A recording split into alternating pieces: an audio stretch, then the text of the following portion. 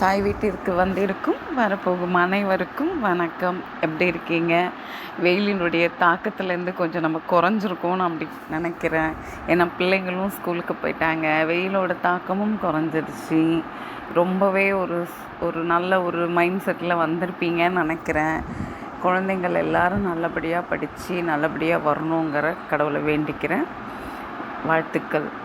அதே சமயம் இந்த மாதம் ஒரு பதிவு அப்படின்னு இல்லை, நான் ஒரு விஷயத்தை ஒரு இதில் கேட்டுக்கிட்டே இருக்கேன். நான்ஸ்டாப்பாக எனக்கு அந்த விஷயம் நான் கேட்டுக்கிட்டே இருக்கேன். அதில் என்னுடைய கருத்தை வைக்கணும் அப்படின்னு சொல்லிட்டு அம்மாவுக்கு ஒரு கருத்து இருக்குது, அதை நான் சொல்லணும் அப்படின்னு நினைக்கிறேன்.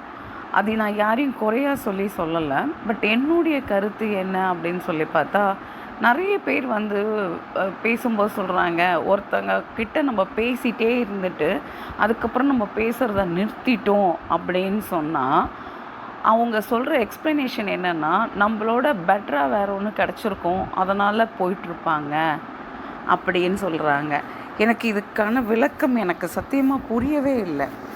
நம்மளோட பெட்டராக ஒருத்தவங்க கிடச்சிட்டாங்க, போயிருப்பாங்க, இல்லை நம்மளை மறந்துட்டுருப்பாங்க, இல்லை நம்ம தேவையில்லைன்னு போயிட்டுருப்பாங்க, இதெல்லாம் தான் காரணம் அப்படின்னு சொல்லி நிறைய பேர் நிறைய லைக்ஸ் வாங்கிட்டுருக்காங்க. அது அவங்களுடைய தனிப்பட்ட விருப்பம்.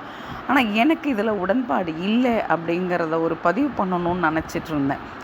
நல்லா நீங்களே ஒரு இதை சொல்லி பாருங்கள். அவங்க பேசுகிறாங்க, ஒருத்தங்க இதோட பெட்டராக இருக்காங்க அப்படின்னு சொல்லிட்டு போயிட்டாங்க அப்படிங்கிறாங்க.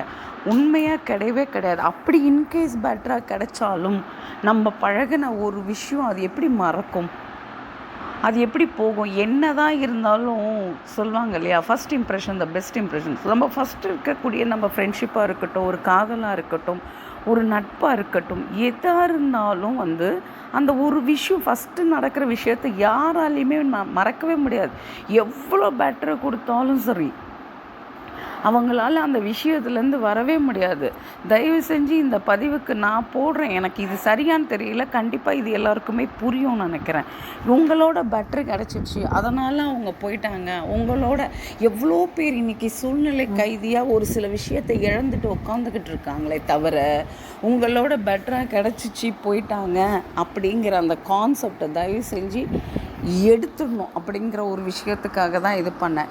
எவ்வளோ பேர் வெளியில் சொல்ல முடியாமல் இல்லை சூழ்நிலைகளுக்காக எவ்வளோ விஷயத்த மனசில் தாங்கிக்கிட்டு இருக்கக்கூடிய அவங்கள நம்ம இழந்துட்டு எவ்வளோ தூரம் வாடுறாங்கன்றதை நம்ம உள்ளே போய் பார்த்தா தான் தெரியும்.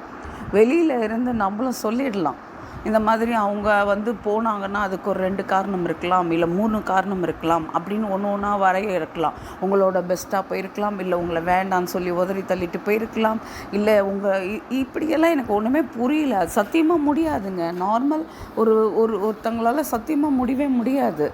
அது அப்படி உங்களை தேவையில்லைன்னு போயிட்டாங்கன்னா நீங்கள் அதை பற்றி அதெல்லாம் ஓகே, நீங்கள் அதெல்லாம் போட்டு சில விஷயத்தை போட்டு மனசுலையே போட்டு கஷ்டப்படுத்தி அதெல்லாம் நீங்கள் வெளியில் வாங்க.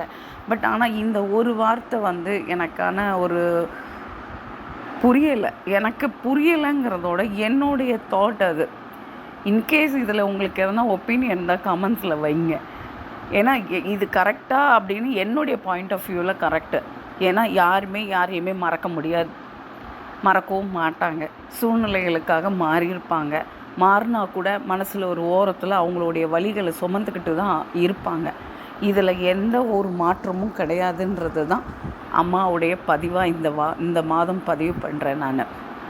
யாராக இருந்தாலும் அப்படி தான். குழந்தைகளை வெளிநாட்டில் விட்டுட்டு இங்கே அம்மா அப்பா கூலாக உட்காந்து சாப்பிட்றாங்கன்னு சொன்னால் நம்புவோமா? அதே மாதிரி பிள்ளைங்க அங்கே போயிட்டு சந்தோஷமாக இருக்காங்கன்னு சொன்னால் நம்புவோமா? ஏதோ ஒன்று நம்ம இழந்துட்டோம் இல்லையா? இழந்த விஷயம் இழந்தது தானே. அது இதனால தான் இல்லை நீங்கள் புதுசாக போயிட்டீங்க மறந்துட்டீங்க, அதெல்லாம் சும்மா, அதெல்லாம் என்னால் ஏற்றுக்கொள்ளவே முடியாது. இது என்னுடைய பதிவு, நான் அதனால் பதிவு உங்களுக்கு ஷேர் பண்ணுறேன். உங்களுக்கும் இதில் ஏதாவது ஒரு கருத்து இருந்தால் கமெண்ட்ஸில் கண்டிப்பாக சொல்லுங்கள், நான் ரிப்ளை பண்ணுறேன். அதே சமயம் எல்லோரும் ரொம்ப சந்தோஷமாக இருங்க, எல்லாமே நல்லதே நடக்கும். நம்மளுடைய பிரியா மியூசிக் ரொம்ப நல்லா போயிட்டுருக்கு. மியூசிக்கை சப்ஸ்கிரைப் நிறைய பேர் இப்போ பண்ணியிருக்கீங்க. பிரியா மியூசிக் 27 சொல்லிட்டு அந்த 80s 90s சாங்ஸ் எல்லாம் போட்டுட்ருக்கேன்னு சொல்லிட்டு இப்போ நிறைய பேர் நல்ல கமெண்ட்ஸ் வந்துக்கிட்டு இருக்குது, நிறைய சப்ஸ்கிரைப் ஏறி இருக்குது. ரொம்ப நன்றி. அடுத்த புத்தகமும் இன்னும் ஒரு மாதத்தில் வெளியிட ரெடியாக இருக்கேன். ஸோ இந்த பிஸியில் கொஞ்சம் அப்படியே இருக்கிறதுனால தான் கொஞ்சம் மாதத்துக்கு ஒரே ஒரு இதுவாக இருக்குது. பிஸிங்கிறதோட வந்து கருத்து சொல்ல வரும், ஒரு விஷயம் சொல்லலாம் அப்படிங்கிறதுக்காக தான். அடுத்த பதிவில் கண்டிப்பாக பார்ப்போம். வாழ்க வளமுடன்.